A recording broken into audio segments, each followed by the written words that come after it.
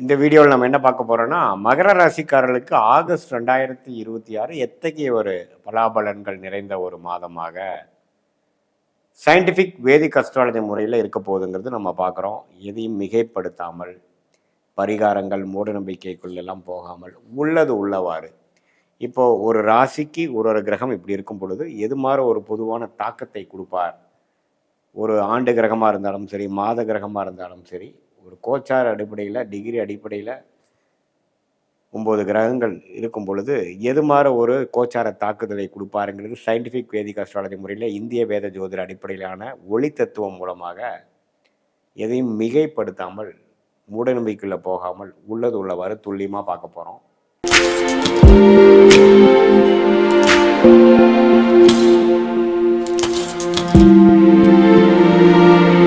இப்போ பாருங்க, மகர ராசிக்கு இப்போது ஆசி அதிபதி 3ஆம் இடத்துல இருக்கார் சனி பகவான்.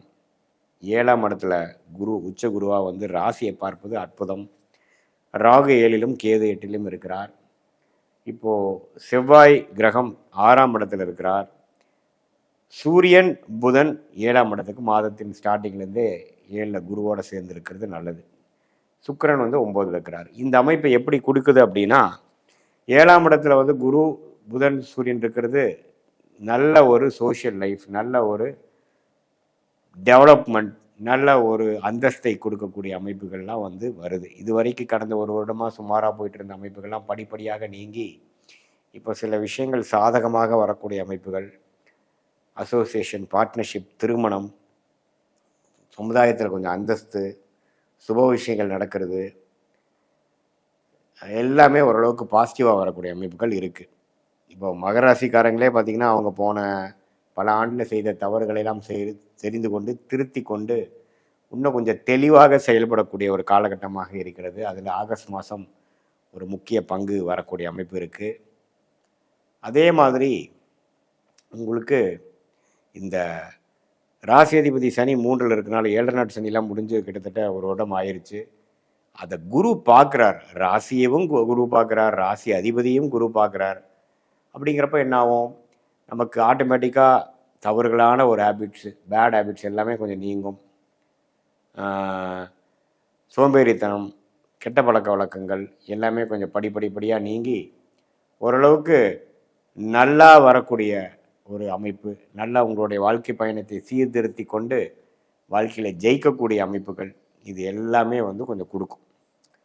ஸோ இந்த உச்சகுருவின் பார்வை ராசி மேலேயும் ராசி அதிபதி மேலே விழுகிறதுனால இதுவரை நம்ம ஏனோ தானன்று இருந்த மகர ராசிக்காரர்கள் இந்த காலகட்டத்தில் வந்து சுறுசுறுப்பாக இயங்கி, அது படிக்கிற மாணவர்களாக இருந்தாலும் சரி, காம்படிட்டிவ் எக்ஸாம்ஸ், கவர்மெண்ட் எக்ஸாம்ஸ் எழுதக்கூடிய இளைய வயதினராக இருந்தாலும் சரி, ஒரு நடுத்தர வயதினர் இருக்கக்கூடிய ஒரு தொழில் அமைப்பில் இருக்கக்கூடியவர்களாக இருந்தாலும் சரி, டெக்னிக்கல் அமைப்பில் இருக்கிறவங்களாலும் சரி, எல்லாம் முன்னேற்றங்கள் பெறக்கூடிய, உத்வேகம் பெறக்கூடிய, ஒரு கிளாரிட்டி பெறக்கூடிய, ஒரு நிபுணத்துவம் பெறக்கூடிய, புரிதல் கிடைக்கக்கூடிய ஒரு அமைப்பாக இருக்குங்க. ஒரு ஆரம்ப பகுதியாக, ஆரம்ப ஒரு டைமாக இருக்குது. ஸோ இந்த நேரத்தில் வந்து கல்யாண விஷயங்கள், வேலை மாற்றங்கள், வாழ்க்கையை வசதிப்படுத்துக்கிறது, அது மாதிரி சில விஷயங்கள்லாம் வந்து நல்லாவே பிளான் பண்ணி நல்லா எக்ஸிக்யூட் பண்ணக்கூடிய அமைப்புகளாக வருகிறது.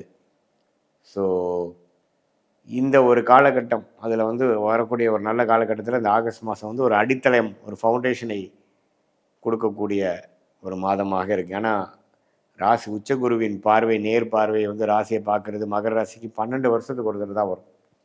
அது வந்து இப்போ வந்திருக்கு. அதே அந்த நேரத்தில் பாருங்கள், இப்போது புதன் சூரியனுங்கிற மிகவும் முக்கியமான கிரகம், அட்டமாதிபதியாகிய சூரியன், பாக்கியஸ்தானாதிபதியாகிய புதன் 2 பேரும் சேர்றாங்க எங்கே, 7ஆம் இடத்துல குருவோட. ஸோ அப்படிங்கிறப்ப என்ன, ஏதோ நம்ம அந்நியர் மூலமாக சில பெனிஃபிட்ஸ், சில நன்மைகள், சில பாக்கியங்கள் நமக்கு கிடைக்கக்கூடிய அமைப்புகள், இது எல்லாமே நமக்கு கொஞ்சம் வருதுங்க. ஸோ இதெல்லாமே வந்து மகர ராசிக்காரர்களுக்கு ஒரு நல்ல ஒரு பலனை கொடுக்கக்கூடிய அமைப்பாக இருக்குது. மற்றபடி 6ஆம் இடத்தில் இருக்கக்கூடிய செவ்வாய் வந்து ருணம் கொடுக்கக்கூடியது, பிரச்சனை கொடுக்கக்கூடியது, உடல் உபாதைகளை கொடுக்கக்கூடியது, திடீர்னு ஏதோ அடிபடுற கொடுக்கக்கூடிய அமைப்புகளும் இருக்குது. ஸோ அதனால் நீங்கள் வந்து கொஞ்சம் செவ்வாய் 6ஆம் இடத்தில் இருக்கிறனால கொஞ்சம் கேர்ஃபுல்லாக இருக்க வேண்டிய அமைப்புகள் தேவைப்படுது. ஸோ நீங்கள் வந்து அந்த உடல் உபாதைகள், சூடு, ரொம்ப ரிச் ஃபுட் சாப்பிட்டு அஜீரண கோளாறு ஆகிறது, அது மாதிரி விஷயங்கள் எல்லாம் கொஞ்சம் கவனமாக இருக்கணும். செவ்வாய் 6ஆம் இடத்துல இருக்கும் பொழுது அது ராசியவே 8ஆம் பார்வையாக பார்க்கும் பொழுது எல்லாமே ஓரளவுக்கு பாசிட்டிவாக தான் இருக்குது சாமி நீங்கள் சொல்கிற மாதிரி. ஆனால் திடீர்னு ஏதோ ஒன்று நடந்துருச்சு அப்படிங்கிற மாதிரி விஷயங்களும் இருக்கக்கூடிய அமைப்புகள் தான் இருக்குது. ஸோ அதனால் அந்த ஒரு விஷயம் நீங்கள் கேர்ஃபுல்லாக இருக்கணும்.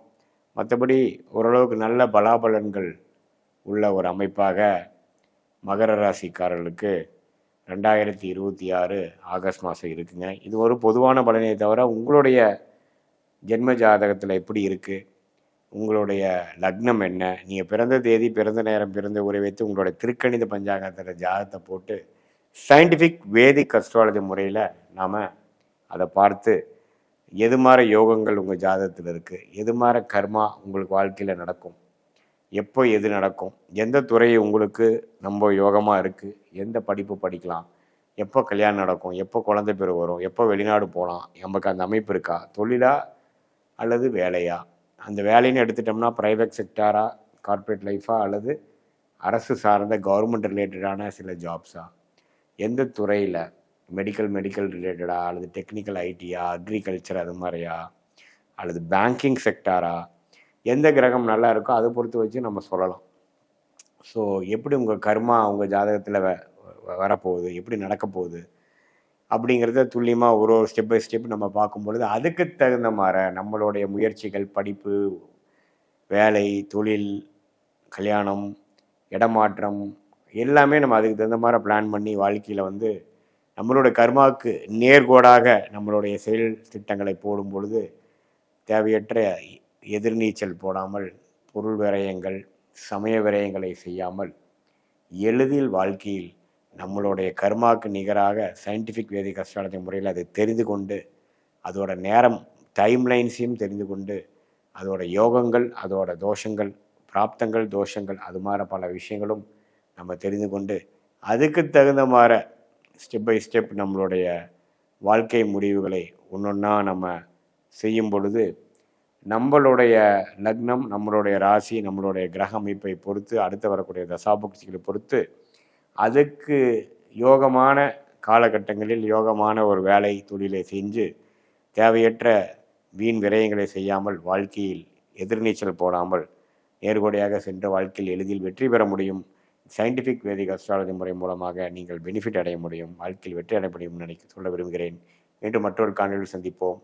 நன்றி, வணக்கம்.